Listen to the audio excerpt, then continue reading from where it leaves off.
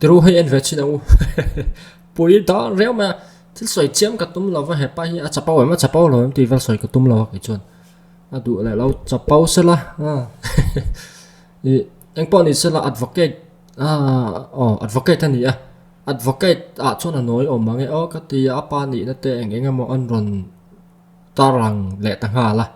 tin ko ben danga apa cho central way mai o bi la ni mai thai ti ten ni a eng po chu ni se soi khia tu lo wa chief minister ni mo tu po ni se la heng a hian a le lama chuan political power hi a oma wangin mi then khathian an chapau puya an thil ti sola ta po zer an tan lo phathina eng mo a om ve thei kha chu political power a wangin poisa wang te ni na sang tak a wang te pon an fa ta chu no him thei ani mai thei eng po chu ni se la khang te kha chu kai ka ngai poi mo chi ani lem lova ma hi private advocate ni a noi viau maya tin an thu boy shim tur hi lo in sual boy enge ma po ni se la thu boy rit tur chi ni lo shim a thu boy a pai compound ei bul an ti hi compound ei bul om zia chu thu boy the lu tu plaintiff le thu boy nei tu defendant aka kang te kha an soi rem mai thei chi a chu teng ka tiang chu nia ti a ko ta te mo na magistrate ma te ani emo an han soi rem mai thei in biak remat chin fel thei chi kha ni dona ka case hote ni a cái ngay đâm to nắng anh chỉ chọn giấu mấy đón cái tiền tủ mấy chi kha anh ni in case mà ni là vợ mà rồi chú đàn phal lậu ráo thuồng tức là em nghe mà mình rua tên kinh tức là số là đàn tên đáng lẽ nga chú này mấy cái sợi độ do cái chú khay anh chia ra còn cái hiện Aizawl District Court Private Advocate cái này bốc dot cái sợi ring su rent thay lu say pa cái này hi cái mình giấu u advocate si chu ein chiar zau om lo mangi ka ti a ren thlai hil lu sei namaron ziak tel chu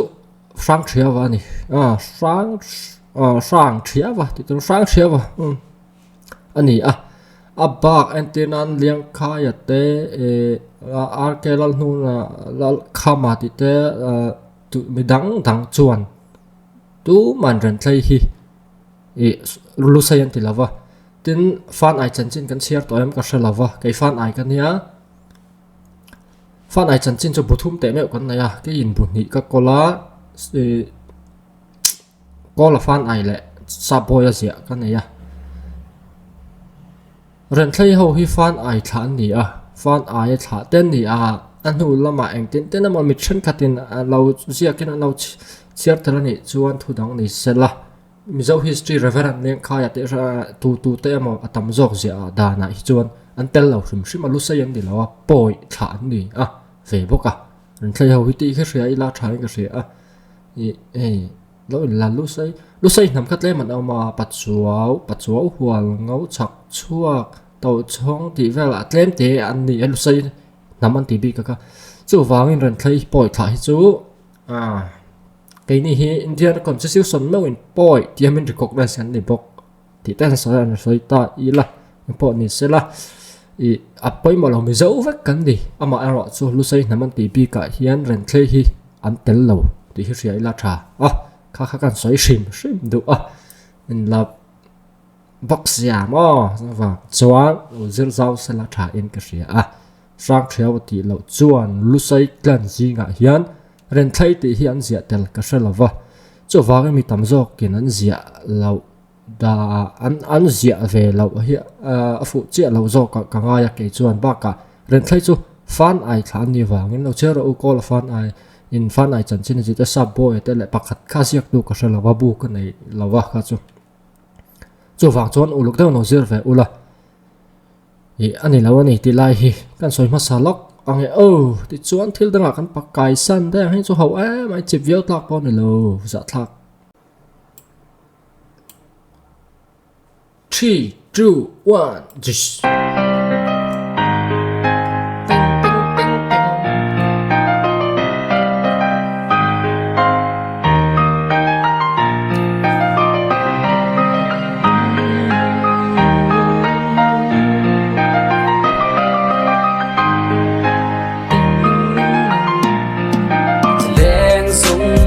Meltra, nắm nghe hi ni ka di Meltra, hộp te in di rialin kan thia thi chor tha par zong zinga moi ber ka thia nam che cái này mình sẽ reply chọn melodic purple này ngã cái piano hiền là joy lấy lá xem xem mà hi ari moi piano rika anh là cái tỷ chăn biết này là hi rap hi là cái tỷ chăn pa lava rồi thế hi lil zo hi mình sẽ trồng chân khát hi thì phụ lão này trên na in tu na mà nia cái soi sai one an interior thì kha lil zo hi chọn interior thì khá nó mang địch khá là cái soi đủ cho nè ama video hi live phát sắc nghe khá react cái cha camera chu mà ni lo ka azai na thom liền nó tục tắc mấy rồi chua lệ na khá ama rồi chu video upload tu te khanan channel ami kha sum le thasenga kan thil ti hi react kan phalo wa chele thre na mang le ti lo sam ka base ti vel kha description nan lo zia wangin ka ti thei lawa ti lu chi ni lawa kha tiang na na chu ta khan mi zo thalai khai kan lo kan bright ve thokhat mizoram chu mi ni tina enga ti thin ho hi kan bright thokhat je chu langa mizo tong chung changa chu ta chon lil zawa zaya he la hi sa mi pui khan kopte indi rialin an ti thup maya an bright view ni ti ka soi ve rim du chu wang chon ne ka play ni hawin tm chút tiền roll xuân soi tê vẽ khen mình sẽ trồng hi là thua hiện khó bỏ tắc các món năng véo mà nghe chăn cái sơ lộc và nghe mà soi chạc mà là soi chi chiết lộc thế bỏ mình cái em bỏ này sẽ ăn chín lóc hay là về bỏ hi mình sẽ trồng gì hi ăn uổng mà nhỉ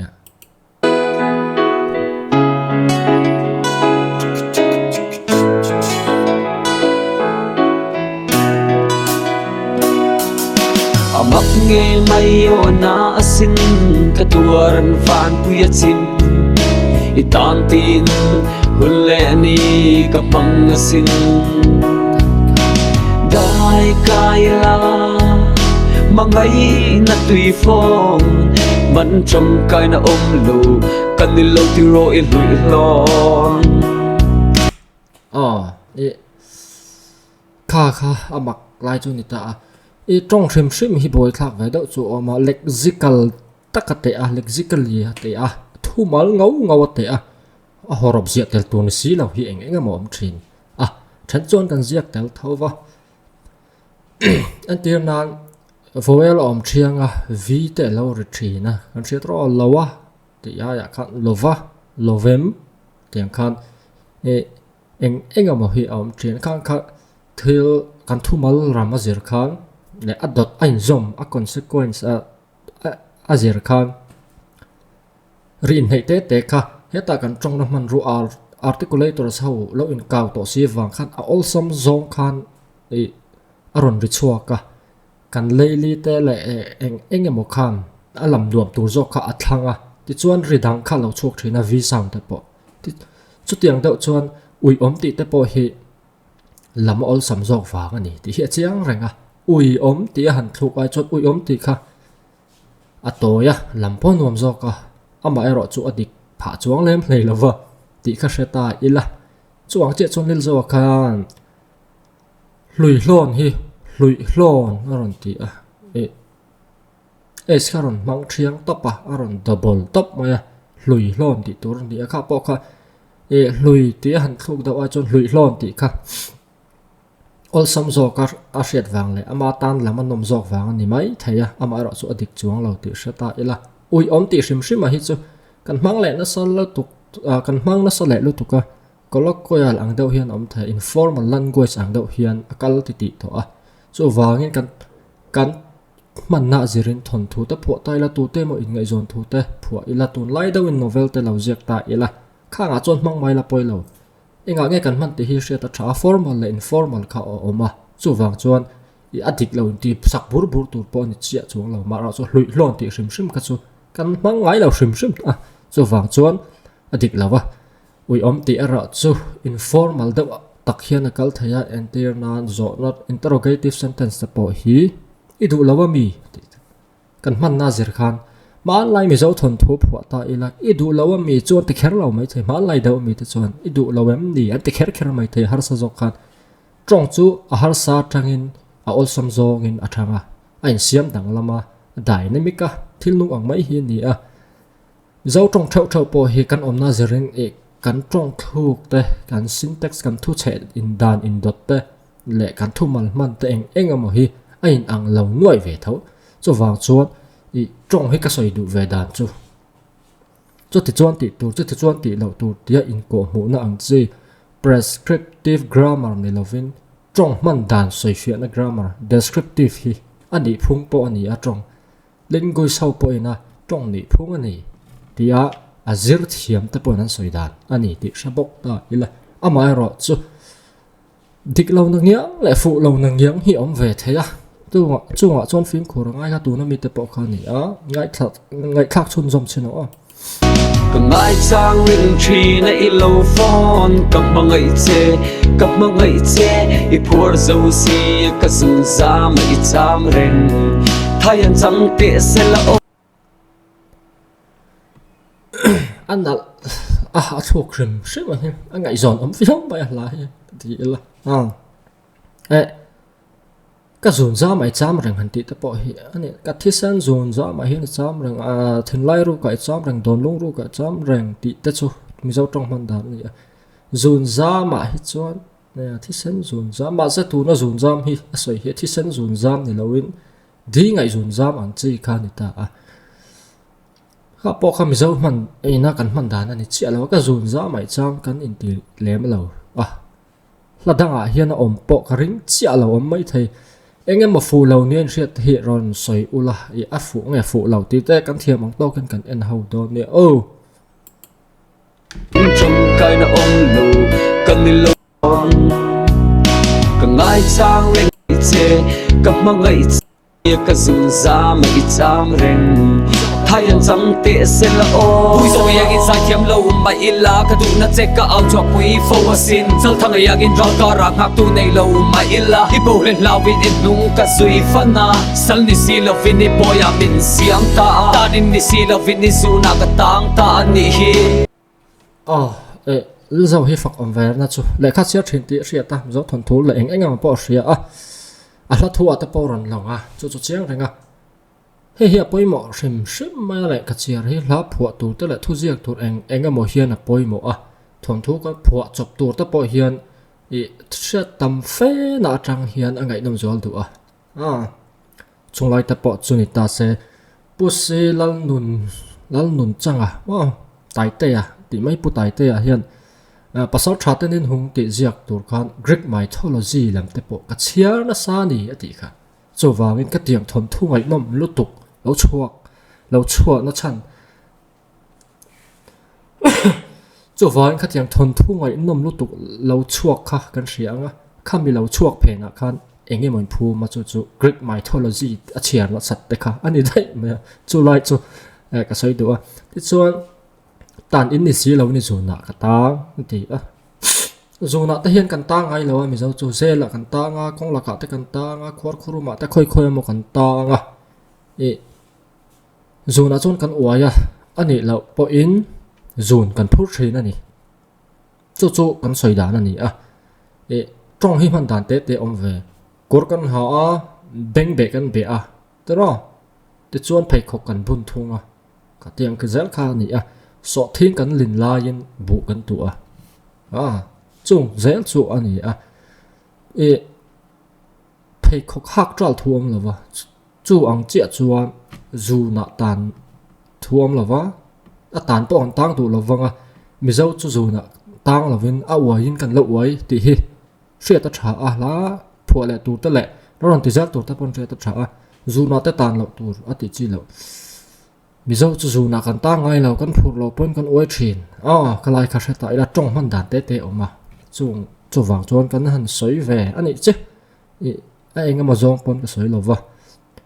mi man lo dan le engem mo nal deuh dik lo nom si lo po chhuat te chu thalo tu ka a creative thla ka te po han ti la wa sa chu tiang ni lem lo man dan om sa ni reng ani lo zong man tral hi atu na om reng lo wa anal po nal lo wa ti te kha kan soi du la kan phu kan chang kang ni kan music video po mu na ma music lama po kan sang to thiam na lam shim shim po azirna music lampang degree la ta pon yang musical degree sang tak eng mo kan na ya to an chang kang to ma se kan mi zo tong hi song noi na kho bol to ka apa chema ma ve thin chu apoi ngot mai literature thang hu che tur kan nei lawa ti hi a hlau oma to lai hla chu tam ber hi kan ngai thapua ta aliama zo ani deuh ma ya ngong zui te chiam hi anei lem lo chu wangin la thu tha box si mi zo tong tuang tlam nal dik box si thuk nal box si chu a hlu zuwa lang ti hi ka ngai dan le ka rin dan ani in ngai dan ne ve am chu ka shalo adang en le chin lo kong tu na kan soi le tur hi ama po in kan soi to tu lai la phwa tu ta man thiam le thei lo ani te lun te ai thalo kong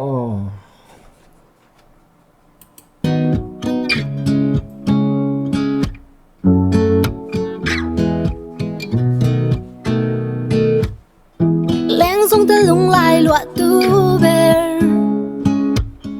sắc miên mới cái clear ninh thấy lâu chu sir tian son lại tua lắm mỏi sắc miên mới cái clear ninh thấy lâu chu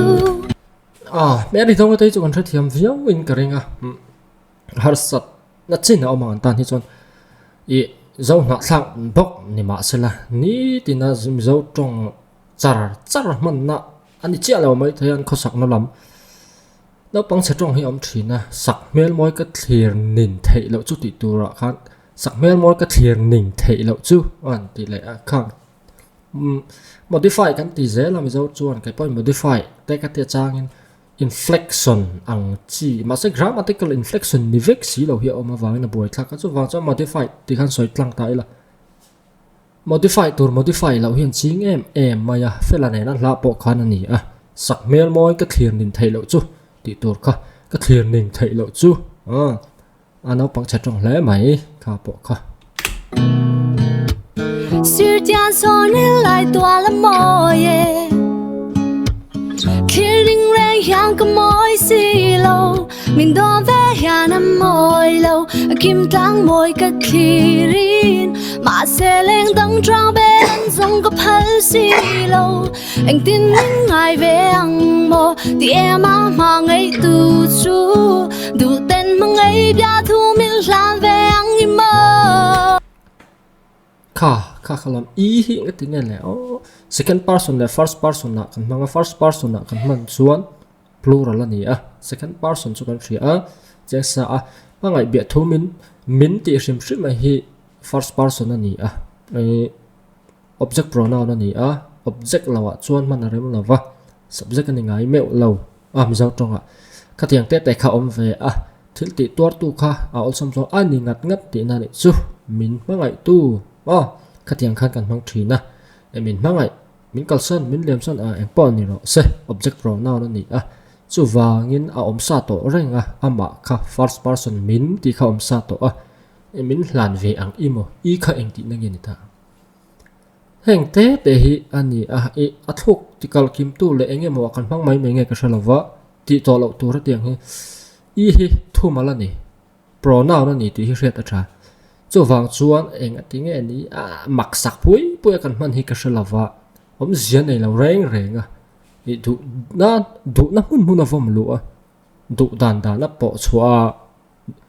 rem dan na athuk tin tu la ti kim tu le enge mo ti ki ko na man mai tur ni lo chu lai chu hret acha ani lo chuan han thu lai la song moi lu tu ka buai thak huwa ta kan na lo tu ra nga ya mi zo kan ni kan tong hi keima ni berin kan dim deuh lo chuan tungan meron dim sak om si lo kan tlem box si le nga la chu wangin kan tong moi tak hi alo moi le zuala literature tha ta kan hut sia theiran uluk le zual hian rampum huwa pa mi ngai thlak tur ta mi chiar tur ang chi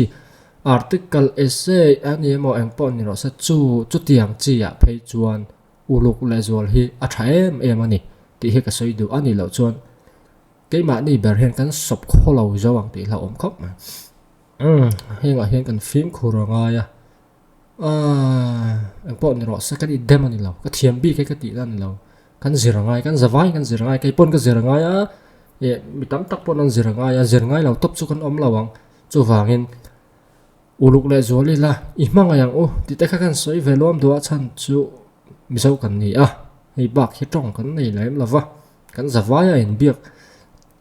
na tur tia tong tlang lon kan te lingua franca hi tuna enga ka man ang chau hi kan nei kan nei nam che pen tong te chu thu dang ani mi so tong mi so nam mi so na thak tong sang ni ma sala khang kha chu tu nó kan soi hi ni lo tu nó kan soi hi chu hei tu nó kan man mek hi ani he lai hi le khazir nan te kan manga Mizoram ram pu ma in piak ton nan kan mana wangin ingai hlui la kan literai char zong po hi music ani Bible apoi mo zwal Bible Christian la bu ti te tro eng kim school zur lai bu te enga tong vek ani chu wang chon uluk taka le adik thayang beram han tu ma tha amara chu ka soi angin kan man na zerin ni tina kan in biak na ate thian hawa te kholaya te chuan ti thip thap ka tu lom lo tong zong hi ani vek slang te informal lang chi a om vek khang kha chu ka soi tal lo reng I rampum ho pa mi mu tur le mi chiar tur te mi ngai thak tur a kan chop chhuak ani chuan I uluk zual te ang ti kha ka soi du khalai te kha ani deuh boka tin mi zo tong khama khwa tan hrim hian Apollo engema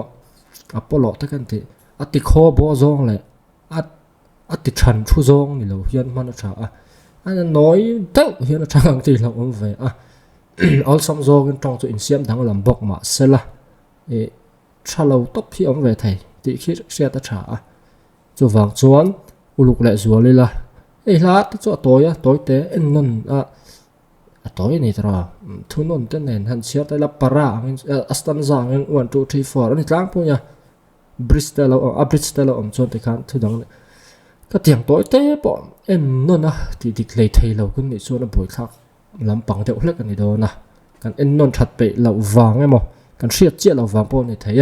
eng po ni ro se injir kan ma mo ni ti hi I in pom tlang ila tu ma fam kim le thiam vek kan om lo wa thil reng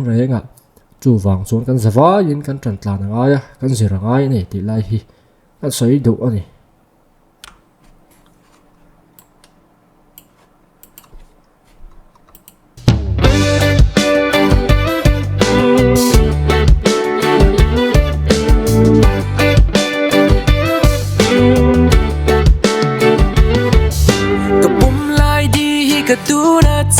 ka man lo chang in a thian pa kha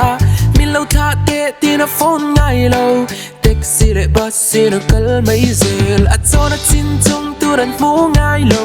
moi lo lao in a boy ngai lo ma ngai lo thei lo in min siam chin ka ta ni na thin lung mual tam ta kin min dang thin ma sela kham muang ta kin nil lim kha kha ngày ngầm lâu la cái này ngày lâu ngày ngầm ta kín cái ngài yang se ngày ngầm ta cả ngày ngầm cái này ngày lâu cất tu thân na cái thân xuân lâu chu năng lệ chung với anh em mà cái ngay sao tôi lại 1 2 5 một phải chết tôi đã làm đi cái thằng chế hi đôi tê cái thằng xuân lâu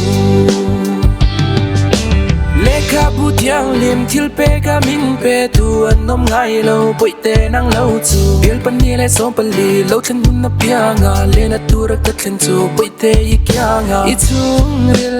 moi na ngai ka ching zo ka ching zo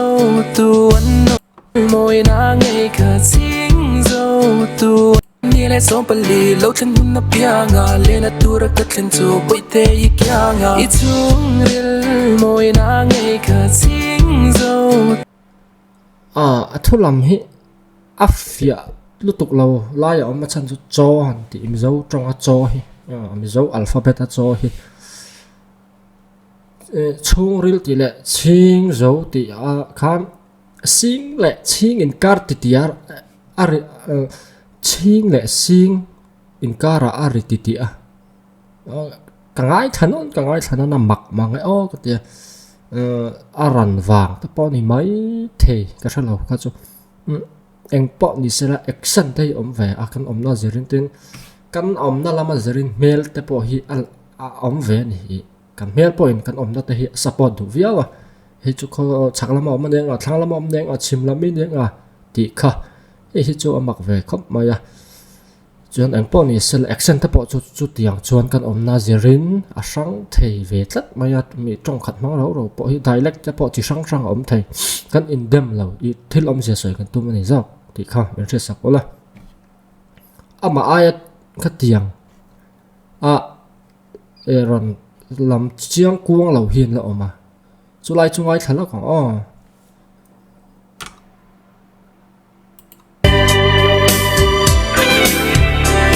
Còn về chi năng sẽ ô ariang phal hi nang ngay ito na suy lung lên ka silvang hiya ka silvang hiya ka khai xem anh em mà mi sâu ram chunga chenga po hian ya champhai lam deuh dialect ta pon mai thayan accent deuh pon mai thaya ka shalava cái tiếng ri kha atam riau mai ni khilama khiam apu sit zong ka soi mi lo ni thil om zia ka soi don ha trong om zia hi chu wang tak chuan synchronic change hi lan goi sa chuan oma regional variation kan an tiang chi kha ani an tinan làm khuang hi solama chuan lo uyan ti thingfang ma hi nu nan ti han tiang chi te eng emo om thin kha tiang te kha ani tin accent te om thea ka lexical ani tu na ka soi zo chi ka athu mal kha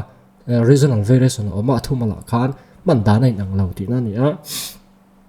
tin a meaning om ze in thak thok pom the ni an tinan po chho mai tu an tirna po chho mai tur ko lawa an tirna han siam chop ta ila kenin kel hi ai zo thlang lama hian kel hi ra kan ran vul pakhat soina lo ma kan man lai hian khi ta kho chak lama mo chim lama emo piring emo engemo khodanga piring kan tiang chi soina ta emo lo mang dai ta se emo ka tiang po khom thai om zein thak thok thu mal ngai reng kha chu wang chuan ka chu an tirna mai ka ti kha anh em mà họ om thấy bar mà mua ya te lại chín zapa wa te hau accent tu ni om tak kha khi làm tắm ni ina lang chu mặc về rồi mấy cái tí ni chi là mental po kha ching kha sing lệ ching in kara khana rititi cái ai khana nó sắc khóc mấy khala kha ti chuan mặc về em mà trồng chu thil nu ang mấy hiền ni parau khu mana tia parau khu ma kan kom thlang pa hian chen lam nu la ron le aron zina khan khu a hian kan zuri ma te chuan kan ho tur kong kabula hian ron ding chu ke me ron tha min lo leng le ruo tia so angai nai kan thelo ko pon hoi hu ke ena kan nuya tia te chuan ka thian pa long tai lama mi ka vazot ve ta khera lệ kapua ta po ka chiar to thau na ka zot ve le ta khera atmang ka tiang amang thin khan om reng am ni hai chu tiang ka tiang chon an soya ka te an ni chuan mi than khat chuan an hmanga ke chuan ka hmang ai lo ati hmang chun lo om nge ya tin puram ku ngam grammar bu te khan mi zo tong grammar thar ti ni ma bu adik lo tin a ron soi ngota adik lo ni lo synchronic change khan ni syntax thu che dan kha in thla ka ni ka soi ka semantic change om thaya syntactic change om thaya lexical change te chang om thai thu mal in thak thu che dan in thak om zain thak kha regional variation kan tiang chi po han om thaya tu ne mi po ha chu tiang chu ni zauram mun tam pera chon leng hi tu man transitive verb pa kan mang lawang ma se kha mun then khata chon min lo leng le ro ti in min object min kha leng object ka oma leng ka transitive verb pa chang ti na ni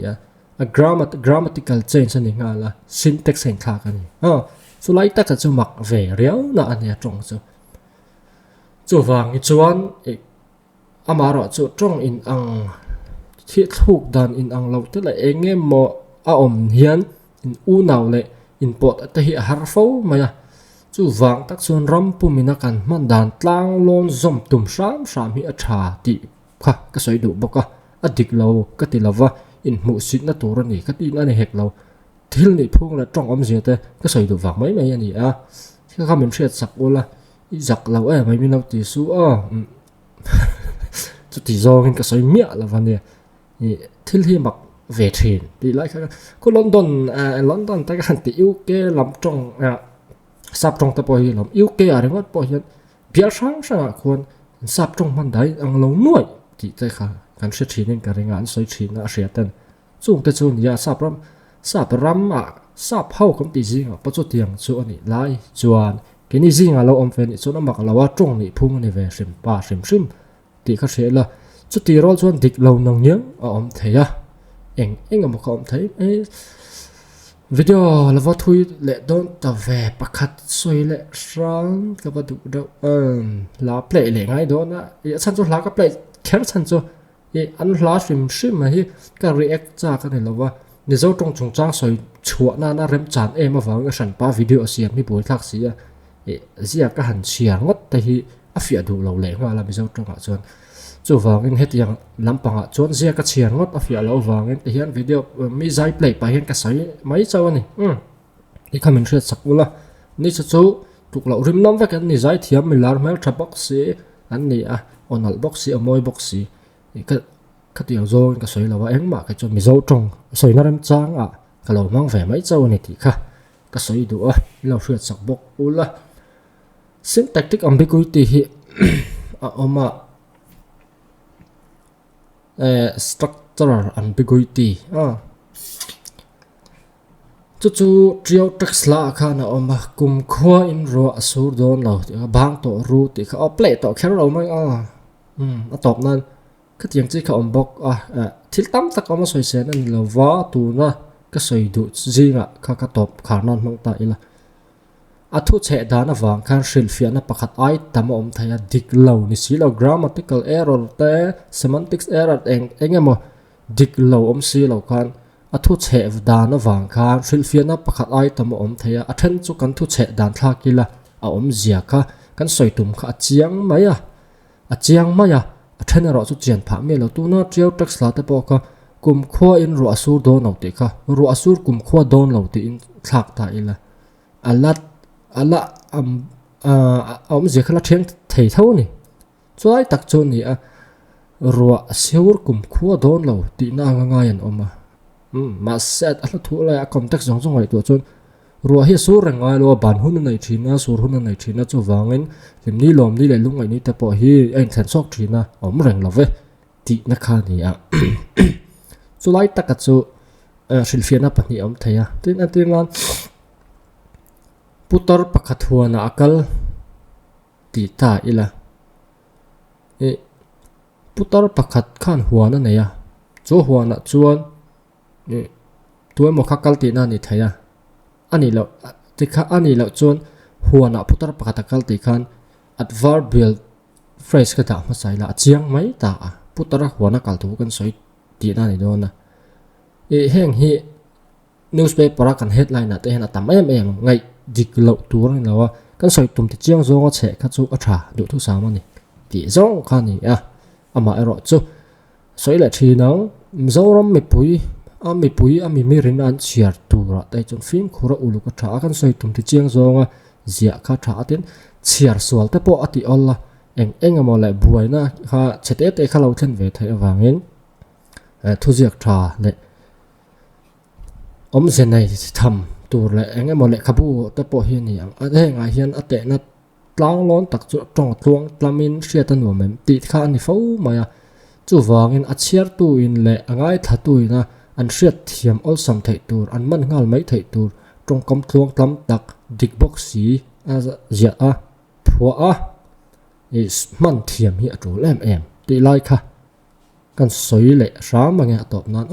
đủ to không ô